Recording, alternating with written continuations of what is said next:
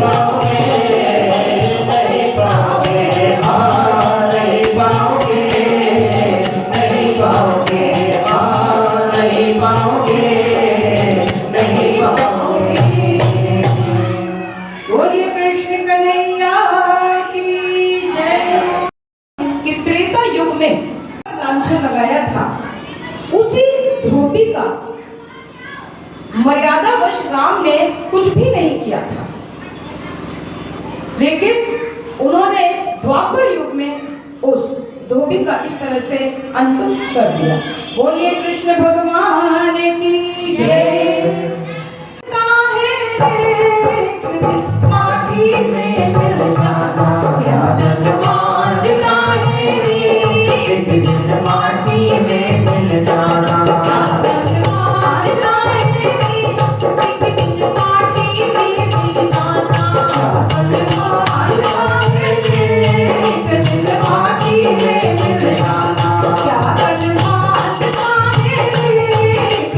माटी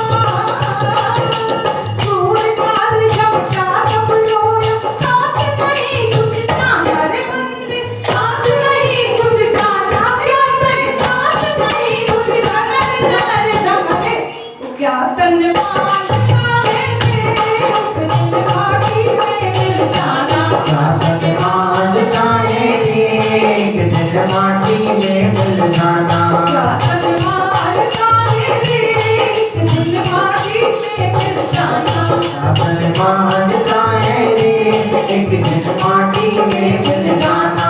कंस ने भी ये नहीं सोचा कि यदि देवकी का 8वां पुत्र मेरा वध करेगा तो क्या हुआ, ये शरीर तो नाशवान है ही, किसी न किसी माध्यम से इसे जाना ही। जातस्य ही ध्रुवो मृत्यु ध्रुवम जन्म मृतस्य च तस्मात् अपरिहार्ये अर्थे न त्वं शोचितुम् अर्हसि।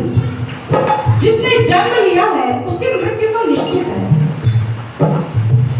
राजा परीक्षित को तो श्राप मिला था कि 7वें दिन तक्षक अपने उपाय का कोई भी बचाव का कोई भी उपाय कर सकते हैं, किंतु वे तो पश्चाताप के अग्नि में जलते हुए, जिसकी मृत्यु निकट है उसके जीवन का उद्धार कैसे हो, कल्याण कैसे हो, जीवों का कल्याण कैसे हो, इन प्रश्नों पर चिंतन करते हुए गंगा तट पर जाओ।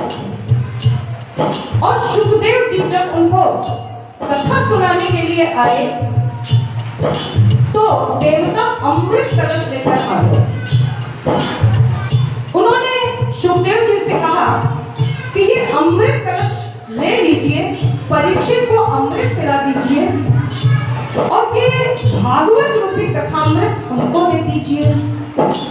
किंतु परीक्षित ने मना कर दिया कि नहीं, मृत्यु एक सरिता है जिसमें श्रम से कातर जीव नहाकर फिर नूतन धारण करता है काया रूपी वस्त्र बहाकर। ये भी समझ गए और उन्होंने कहा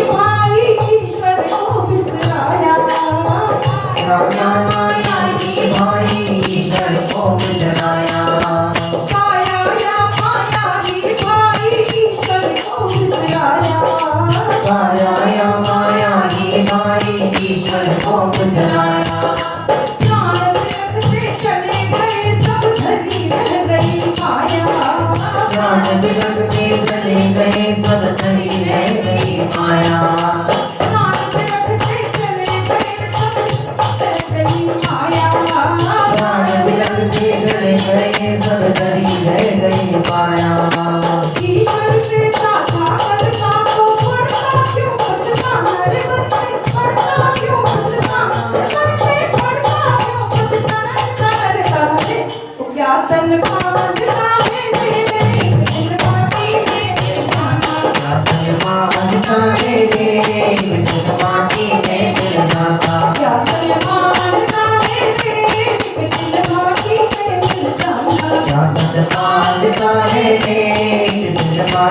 में मिल जाता। क्या सलमान तारे किसी माटी में मिल जाता।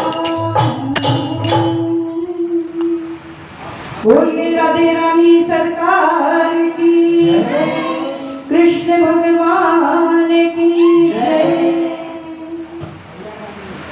भगवान कृष्ण ने कंस का वध करके उग्रसेन को पुनः राज सिंहासन पर बिठा दिया।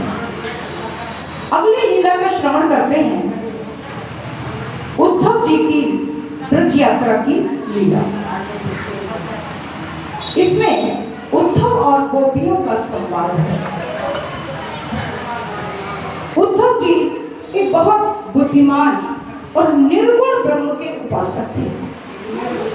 वे कृष्ण के सखा थे। वे कभी कभी देखते थे मथुरा में